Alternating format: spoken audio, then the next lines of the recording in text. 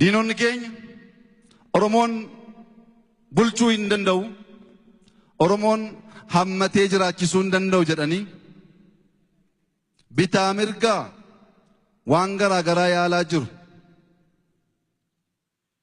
Yaa diinota keenya Oromoon bulchuu duwwaa osoo hin ta'in ijaaruu waan beekuuf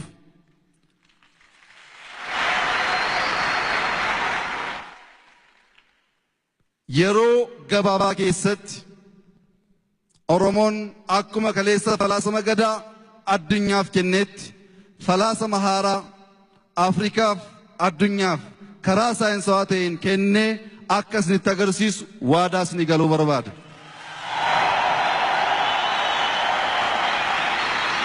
Falaasamni haaraa dhaabbanni keenya ummanni keenya waliin ta'ee addunyaaf gumaachu kun furmaata rakkoo Afrikaa keessatti qunnamaa jiruuf furmaata guddaa akka ta'u shakkii tokko iyyuu hin qabnu. Akkuma kaleessa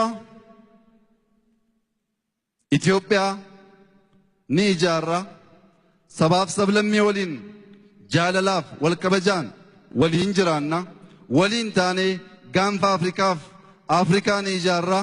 Kanarraa humni nu dhaabuu danda'u tokko iyyuu hin jiru.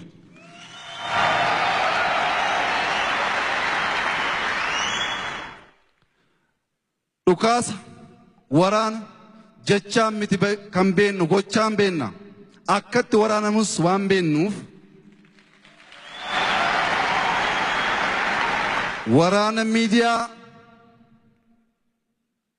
waraana dirree waraanatti gaggeeffamu, waraana beekumsaan gaggeeffamu, waraana dinagdeen gaggeeffamu gama hundaan qophaa'aa waan taaneef diinonni keenya lama sadii yaaduu qabdu isin jechuu barbaanna.